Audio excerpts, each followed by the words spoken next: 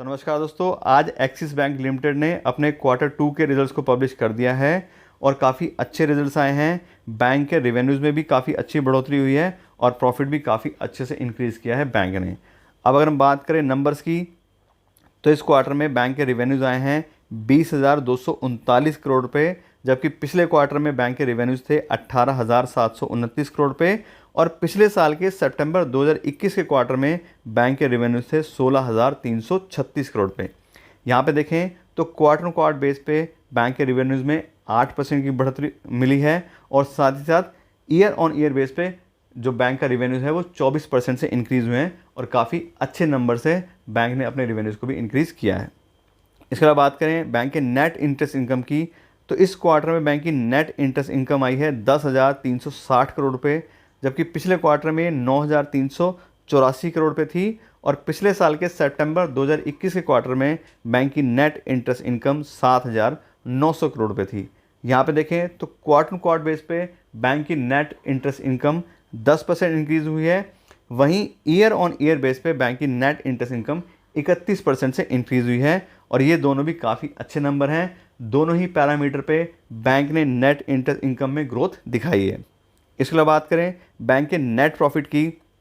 तो इस क्वार्टर में बैंक का नेट प्रॉफिट आ रहा है 5,330 करोड़ रुपये, जबकि पिछले क्वार्टर में बैंक का नेट प्रॉफिट था 4,125 करोड़ रुपये और पिछले साल के सितंबर 2021 क्वार्टर में बैंक का नेट प्रॉफिट था 3,133 करोड़ रुपये। यहाँ पे देखें तो क्वार्टर क्वार्टर बेस पे बहुत ही शानदार 29% ग्रोथ आई है बैंक के नेट प्रॉफिट के अंदर और ईयर ऑन ईयर बेस पे देखें तो बहुत ही ज़्यादा 70% ग्रोथ दिखाई है बैंक ने अपने नेट प्रॉफिट में।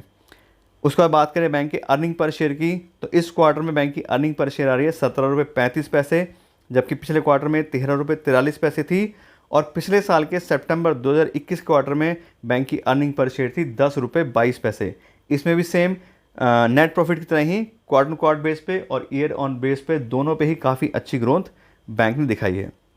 इसके अलावा बात करें बैंक के ग्रॉस एनपीएस की, तो इस क्वार्टर में कंपनी का जो ग्रॉस एनपीए का परसेंटेज है वो आ रहा है 2.50%, जबकि पिछले क्वार्टर में 2.76% था और पिछले साल के सितंबर 2021 क्वार्टर में बैंक का ग्रॉस एनपीए 3.53% था। यहाँ पे भी देखें तो दोनों ही पैरामीटर पे अपना जो है क्वार्टर क्वार्टर बेस पे भी और ईयर ऑन ईयर बेस पे दोनों पे ही कंपनी के ग्रॉस एनपीएस में भी कमी आई है।